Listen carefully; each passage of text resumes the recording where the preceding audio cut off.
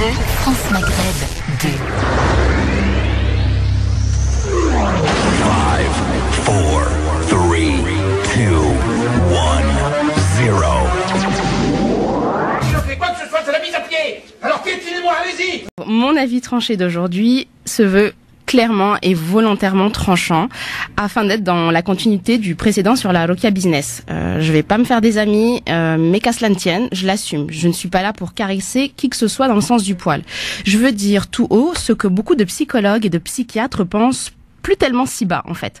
Je me veux donc, sans prétention aucune, aujourd'hui en être la porte-parole. Ça suffit, il est urgent d'alerter, de mettre en garde contre de nombreuses dérives et d'éveiller les consciences sur un autre terrain de jeu de charlatans, des charlatans qui sont d'ailleurs de plus en plus difficiles à repérer. Donc un autre terrain de jeu, à savoir celui de la santé mentale, avec la prolifération exponentielle et désastreuse de nouveaux usurpateurs attirés par l'argent facile et ne nécessitant aucun diplôme, à savoir la nouvelle génération dans notre communauté musulmane, en particulier, de pseudo-psychothérapeutes. Et oui, il et elle ont repéré le bon filon. C'est un fait, le marché est trop tentant et alléchant.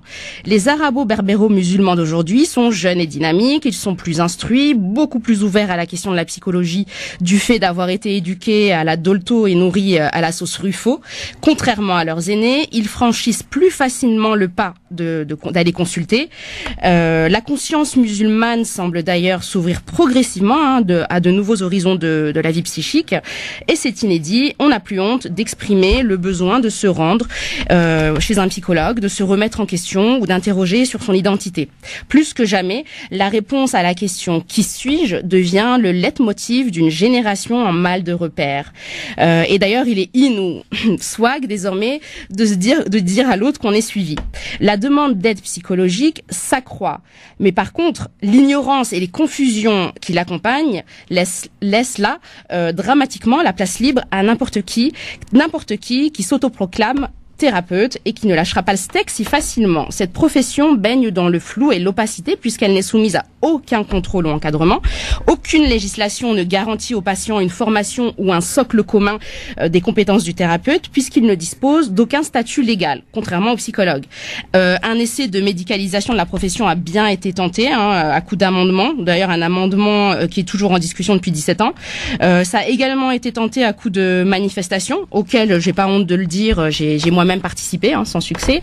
Mais franchement, si aujourd'hui tout le monde peut prétendre être n'importe quoi, c'est aussi notre faute à nous. Oui, nous, les universitaires, les chercheurs, les médecins, les étudiants, parce que comme pour la Rokia, comme sur nos minarets, nous laissons la place à celui qui l'exige et qui sait séduire la masse. Je sais que le véritable effort intellectuel s'accompagne toujours d'humilité, dont je l'affirme par expérience, en sont dépourvus la plupart des thérapeutes. Mais il est de notre responsabilité de nous préserver et de préserver notre Oumma de ceux qui nous abrutissent de banalité à coups de pages Facebook, de vidéos YouTube ou de séminaires à la mode. Je le dis et je l'affirme, ils ne sont rien d'autre que les VTC de l'esprit, dont ils ne connaissent pas les codes et les différents chemins pour parvenir à destination de la guérison. Ils n'en maîtrisent pas la conduite afin de ne pas vous mettre en danger durant votre tentative de cheminement interne. Moins cher et plus visible, ils vous font surtout courir le risque de l'accident tragique. Ils ne réalisent pas la MN qu'ils ont entre les mains et du terrain fragile sur lequel ils jouent au docteur. Combien de cas de décompensation? La décompensation, c'est le fait d'entrer dans la psychose, c'est-à-dire de devenir fou. Avons-nous à déplorer à cause d'eux? Et ne croyez pas que l'on soit jaloux, nous les psychologues, comme ils se plaisent si souvent à le dire. Peut-être parce qu'eux-mêmes ils sont dépassés par leurs affects.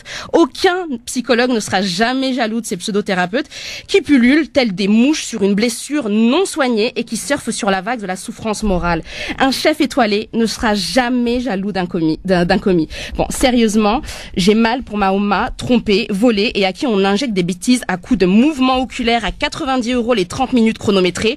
Mal de faire le constat amer que des ignorants s'attribuent d'eux-mêmes des titres pompeux parce que plus vendeur, tels qu'experts en sciences comportementales, quand des docteurs, des sommités de la psychologie, des maîtres de conférences décorés la Légion d'honneur se le refusent par modestie. Plus on nage dans l'immense océan qu'est celui de la psychologie, plus on prend conscience de l'étendue du savoir nécessaire à la saisie de l'esprit humain, et moins on ose affirmer une compétence dans un domaine dont on ne connaît que le nom. Les pseudo-thérapeutes, parce que moi je les appelle pas les psychothérapeutes, mais les pseudo-thérapeutes, sont faciles à reconnaître. Ils se sentent agressés quand on les met face à leur incompétence. Ils ne connaissent pas la remise en question. Alors que justement, ce travail nécessite la connaissance de ses propres limites. Non, eux, ils sont tout puissants. Ils peuvent tout soigner, tout guérir. Leur ego est juste surdimensionné. Le travail de la psychologie nécessite l'humilité, la patience, l'abnégation. Le thérapeute qui n'a pas fait de l'expérience d'une certaine souffrance parviendra très rarement à acquérir ses qualités. Être psychologue, c'est avant tout une vocation mise à mal, éprouvée par 5 années d'études, environ 200 partiels, au minimum 8 €, 900 heures de stage, 1500 heures de cours, pas moins de 600 pages de mémoire et 300 de rapports de stage. C'est des dizaines de nuits blanches, beaucoup de larmes et de stress que ces pseudo-thérapeutes ignorent d'un revers de la main. Pourtant, on ne devient pas chirurgien, il me semble, sans plancher des années sur ses cours et s'exercer à la maîtrise de soi. La concentration et l'effort ne se remplacent pas à coup de formation de 6 mois à 6 000 €. Comme on ne guérit pas d'ailleurs une personne en 3 rendez-vous à 600 €. C'est une illusion. Jamais vous ne confieriez votre corps délibérément à un faux médecin. Alors pourquoi le faire avec votre esprit, qui pourtant est le bien que vous avez le plus précieux? Jamais vous ne confieriez votre enfant à un pseudo-thérapeute, car vous seriez trop soucieux de vouloir le bien pour lui. Alors pourquoi ne pas avoir la même inquiétude pour vous-même? Tout le monde peut être dans l'écoute, la compréhension, l'empathie, la compassion, la consolation. Cela ne requiert aucune théorie, seulement de la bonne volonté. En cela, on peut tous se la jouer psy, mais le véritable psy, à savoir le psychologue ou le psychiatre, fait bien plus que cela. Il travaille sur le fonctionnement psychique et ses mécanismes, dont sont très souvent ignorants ces apprentis magiciens qui jouent avec le feu. Combien ai-je en ce moment même, au sein de mes patientes, combien en ai-je eu ayant été au bord de la folie après être passé entre les mains de manipulatrices, de pseudo-sœurs ayant pignon sur rue? Combien ai-je de personnes en consultation gratuite car elles se sont tout bonnement surendettées à payer des séminaires à l'autre bout de la France absolument inutiles pour elles? Combien ai-je eu de patientes désillusionnées ou écœurées de la psychologie après avoir été leur joujou?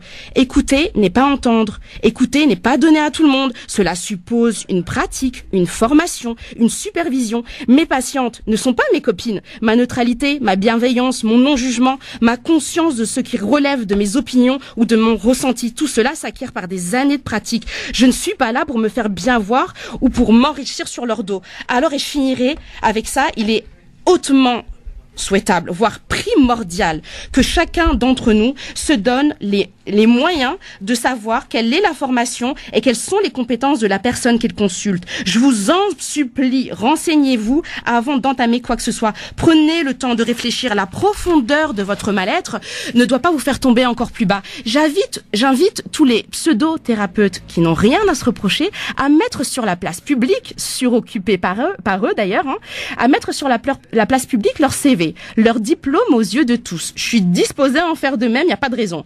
J'invite tous les pseudo-thérapeutes à se cantonner au bien-être et à ne pas aller sur des terrains qui les dépassent. Eux qui, pour la plupart, ne connaissent rien des délires, de la paranoïa ou de la schizophrénie. Eux qui sont incapables de poser le moindre diagnostic, comment peuvent-ils prétendre soigner? Pourtant, ils ont des avis sur tout. Croient tout savoir, en ayant lu juste 1 ou 2 livres. Comme pour nos religieux, les scientifiques sont dénigrés et les ignorants sont glorifiés. Après tout, mais qu'est-ce que j'ai moi aussi à m'en étonner? Notre prophète, alayhi salatu wassalam, ne nous l'avait-il pas justement présagé?